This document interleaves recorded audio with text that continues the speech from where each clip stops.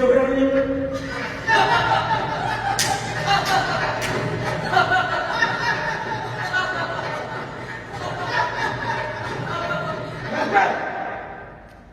നിശബ്ദത സടമയിൽ സത്യം ഉറങ്ങുകയാണ്. ഒരാൾ സത്യത്തെ തേടി ചൂട്ടും കത്തിച്ചിങ്ങോട്ട് വരണ്ട. ഞങ്ങളുടെ വിശ്വസ്ത വിധേയനായി ദേശം വാഴുന്നവന്റെ കാൽ കീഴിൽ നാളെ ഉണ്ടാവും. തിരഞ്ഞു വരുന്നവരെ അവനായിരിക്കും നേരിടുക.